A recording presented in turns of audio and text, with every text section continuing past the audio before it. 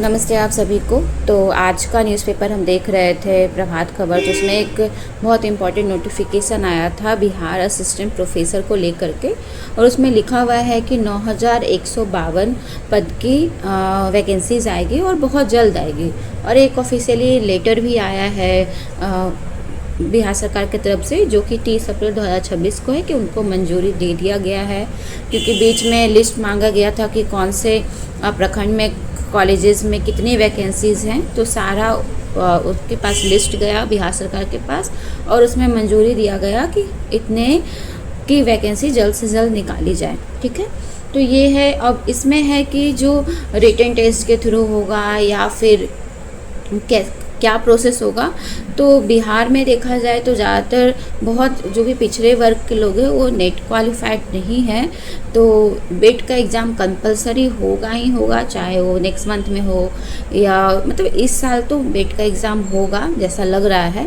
तो अपनी प्रिपरेशन आप कंटिन्यू रखिए, और उसका जो सिलेबस होगा, जैसे अदर स्टेट का हम कंपेयर करते हैं, जो सेट का एग्ज़ाम होता है वो नेट के बेसिस पर ही होता है, बट लेवल थोड़ा इजी होता है। तो आप अपना प्रिपरेशन नेट की तरह ही कीजिए।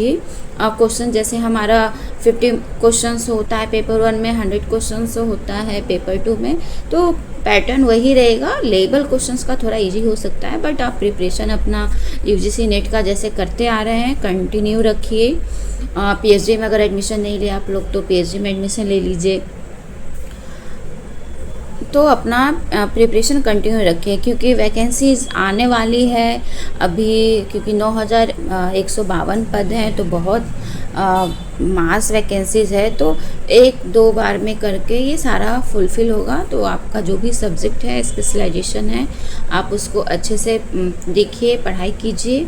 क्योंकि नेट तो ऑलमोस्ट लोग बिहार में नहीं क्वालिफाइड हैं, खास करके जो हमारा पिछड़ा वर्ग है, तो बेट तो होगा ही होगा, कंपलसरी है।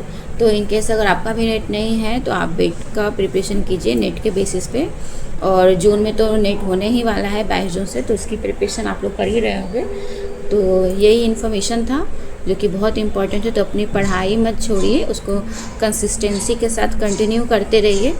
और क्योंकि एग्ज़ाम कभी भी निकल जाता है कि एग्ज़ाम होने वाला है, तो अगर आप प्रिपेयर नहीं रहेंगे तो आप रिवीजन भी अच्छे से नहीं कर पाएंगे।